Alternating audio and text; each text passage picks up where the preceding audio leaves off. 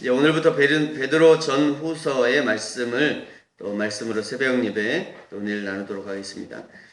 베드로 전후서 그리고 요한 1, 2, 3서 유다서까지 이렇게 CD에 넣어서 이렇게 만들어 놨습니다.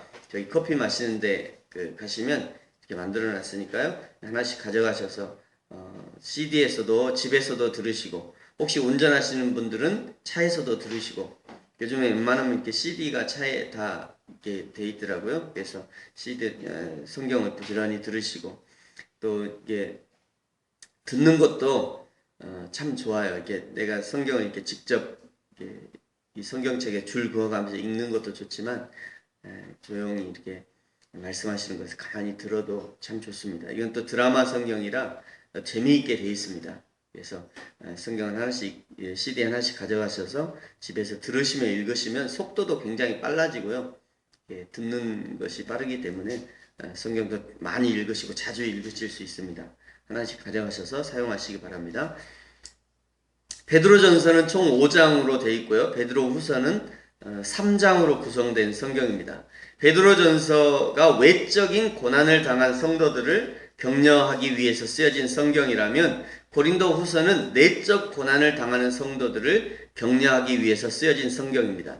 여기서 격려라는 것은 그저 위로하고 어떻게든지 견뎌보라 이런 격려가 아닙니다. 베드로의 위로는 적극적인 위로라고 할 수 있습니다. 이 베드로 전서의 핵심 구절이 4장 12절 13절인데요. 우리 4장 12절 13절 그 뒤에 있죠. 같이 한번 찾아서 읽어보겠습니다. 베드로 전서 4장 12절 13절 말씀입니다. 같이 한번 읽겠습니다. 시작. 사랑하는 자들아, 너희를 연단하려고 오는 불시험을 이상한 일 당하는 것 같이 이상히 여기지 말고 오히려 너희가 그리스도의 고난에 참여하는 것으로 즐거워하라. 이는 그 영광을 나타내실 때에 너희로 즐거워하고 기뻐하게 하려 함이라. 아멘. 너희는 다가오는 연단이나 불시험을 이상한 것으로 여기지 말라고 하십니다. 당연한 것으로 여기라는 것이죠. 그뿐 아니라 연단과 불시험을 그리스도의 고난에 참여하는 것으로 생각하고 즐거워하라고 말씀하십니다. 기뻐하라고 말씀하셔요. 즐거워하고 기뻐하라고 권면하는 것입니다. 이것이 연단과 시험을 대하는 성도의 기본적인 태도라고 할 수 있는 것입니다. 그렇다면 사도 베드로는 왜 이렇게 강경한 단어로 권면을 하고 있는가? 먼저 이 편지의 수신자가 누구인지를 살펴봐야 합니다. 오늘 1장 1절 말씀 같이 한번 읽습니다. 시작. 예수 그리스도의 사도 베드로는 본도, 갈라디아, 갑바도기아, 아시아와 비두니아에 흩어진 나그네. 아멘. 베드로의 편지를 받는 사람들은 지금 본도라고 하는 지역, 그리고 갈라디아 지역, 갑바도기아 지역, 그리고 아시아와 비두니아, 여기 아시아와 비두니아는 이 지역을 같이 얘기하는 것이죠. 비두니아는 본도를 또 비두니아라고도 얘기합니다. 그래서 사실은 이 지역에 있는, 여기에서 그냥 정착해서 사는 사람들이 아니라 거기에서 그 지역에 흩어져 있는 사람들을 얘기하는 것입니다. 왜 흩어졌습니까? 로마의 박해로 인해서 더 이상 로마의 지배지에서 살 수 없고 로마의 법적 구속력이 그나마 미치지 않는 지역으로 흩어진 것입니다. 한마디로 도망자들입니다. 이들은 어떤 국민으로서의 혜택을 누릴 수 없습니다. 법적 보호도 받을 수가 없어요. 언제 죽음이 다가올지 알 수 없는 상황 가운데 놓여있는 성도들인 것입니다. 그럼에도 불구하고 오늘 1장 2절은 이들을 향해서 택하심을 받은 성도다, 너희들은 택하심을 받은 성도다 라고 지칭합니다. 우리 2절 말씀도 같이 한번 읽습니다. 시작.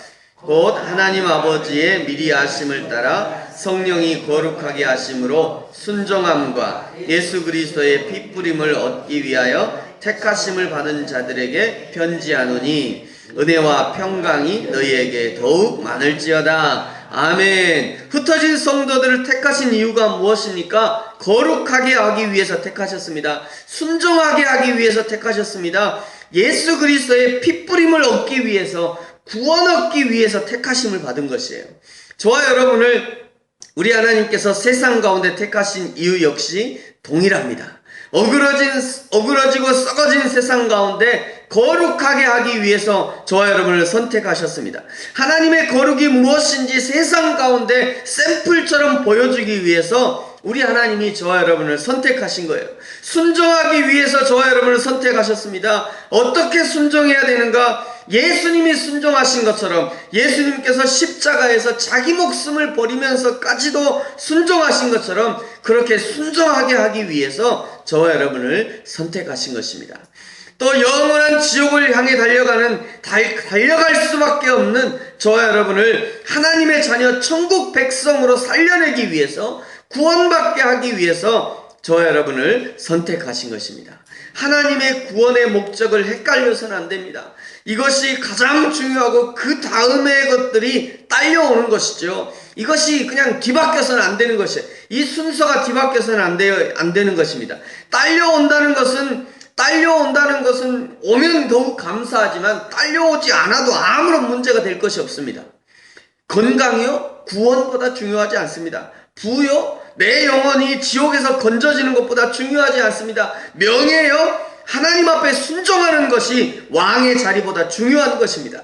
행복이요? 평안이요? 그 어떤 것도 하나님이 우리를 선택하신 그 근본적인 이유보다 중요하거나 앞서지 않는 것입니다. 사랑하는 성도 여러분, 날마다 우리를 거룩하게 하시고 순종하게 하시고 구원으로 이끄시는 하나님 앞에서 날마다 감사하며 우리를 선택하신 목적에 합당하게 사는 저와 여러분이 되어지기를 예수님의 이름으로 축복합니다. 오늘 3절은요, 예수 그리스도의 아버지 하나님을 찬송하리로다 하면서 감격하고 있습니다. 우리 3절 말씀 같이 한번 읽습니다. 시작. 우리 주 예수 그리스도의 아버지 하나님을 찬송하리로다. 그의 많으신 긍휼대로 예수 그리스도를 죽은 자 가운데서 부활하게 하심으로 말미암아 우리를 거듭나게 하사 산 소망이 있게 하시며. 아멘. 여기서 찬송을 터뜨리는 이유가 무엇입니까? 우리 주 예수 그리스도의 아버지 하나님을 찬송하리로다. 여기서 그냥 찬송을 터뜨리는 이유가 무엇입니까? 예수 그리스도를 부활하게 하심으로 산 소망이 있게 하셨기 때문입니다. 고린도전서 15장에서는 이 예수 그리스도의 부활을 잠자는 자의 첫 열매가 되셨다라고 말씀하시죠. 고린도전서 15장 19절 20절입니다. 이 만일 그리스도 안에서 우리가 바라는 것이 다만 이 세상의 삶뿐이면 모든 사람 가운데 우리가 더욱 불쌍한 자이니라. 그러나 이제 그리스도께서 죽은 자 가운데 다시 살아나사 잠자는 자들의 첫 열매가 되었다. 첫 열매가 맺혔다는 것은 앞으로 계속 맺힐 것이라는 그런 사인인 것이죠. 예수 그리스도의 부활은 그 다음에 오고 오는 모든 세대가 예수 그리스도를 믿음으로 부활의 영광에 참여하게 된다는 신호탄이 된다는 것이에요. 우리를 부활하게 하신다는 것은 더 이상 이 세상에 매이지 아니하고 사절 썩지도 않고 더럽지도 않고 새하지도 않는 하늘에 간직하신 하늘의 유업을 있게 하겠다는 하나님의 의지의 반영의 결과인 것입니다. 5절에 이 부활의 능력은 하나님의 능력으로 보호하심을 받는다고 말씀합니다. 그 무엇도 이 부활의 영광을 방해할 수 없는 것이죠. 그만큼 강력하고 정확하게 반드시 예수 그리스도를 믿는 모든 성도들이 하나님 앞에서 부활의 영광을 맛보게 될 것을 말씀하시는 것입니다. 그러므로 6절에 권면합니다. 6절 같이 한번 읽습니다. 시작.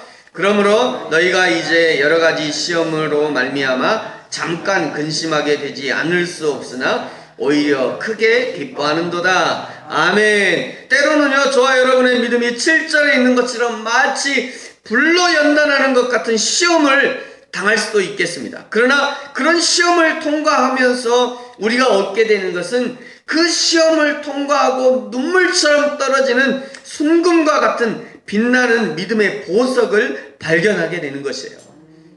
그 시험 앞에서 그 보석을 발견하게 되는 것입니다. 그 보석을 가지고 예수 그리스도가 나타나실 때 그 앞에 서게 되는 것이죠. 이 눈물의 보석을 가지고 우리를 심판하시는 하나님 앞에 서는 것입니다. 그런 자들이 얻게 되는 것이 무엇입니까? 7절 하반절에 있는 것처럼 칭찬과 영광과 존귀를 얻게 될 것이다 말씀하시는 것입니다. 할렐루야. 사랑하는 성도 여러분, 저와 여러분이 하나님 앞에 설 때 이 눈물의 보석을 가지고 칭찬과 영광과 존귀를 얻게 되기를 예수님의 이름으로 축복합니다. 저와 여러분이 받게 되는 이 구원의 축복이 어떤 축복이냐면요, 10절에 보시면 선지자들도 연구하고 부지런히 살폈던 것입니다.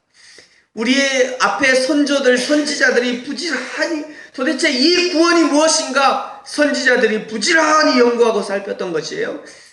11절 보시면 선지자들의 속에 계신 그리스도의 영이 미리 증언해 주었던 것입니다. 선지자들의 영 속에 있던 그리스도, 선지자들의 속에 있던 그리스도의 영이 이 선지자들에게 미리 증언해 줬던 거예요. 12절에 보시면 복음을 전하는 자들이 알려준 것이고 천사들도 흠모하는 것이라고 말씀하고 있습니다. 한마디로 말하면 이 구원의 축복이 얼마나 위대한 것이며 얼마나 감사한 것인가를 말씀하고 있는 것이죠. 내가 구원받는 일도 이렇게 귀한 것인 것을 누군가에게 이 생명의 복음을 전해서 생명을 건져내는 일이야말로 천사들도 흠모할 만한 그런 귀한 일이다 라고 말씀하시는 것입니다. 말씀을 마치겠습니다. 그러므로 결론적으로 말씀하시는 것은 비록 지금 고난과 어려움과 괴로움에 처해 있다 할지라도 기쁨과 감사함으로 인내하라는 것이죠. 거룩함을 유지하고 인내하라는 것입니다. 하나님 앞에 순종함으로 인내하고 날마다 구원의 감격을 가지고 감사함으로 예수 그리스도께서 구원을 이루시는 그날까지 믿음의 싸움을 계속해 나갈 것을 권면하시는 것입니다. 그리하여 마지막 날에 칭찬과 영광과 존귀를 얻는 저 여러분이 되어지기를 예수님의 이름으로 축복합니다. 기도하겠습니다.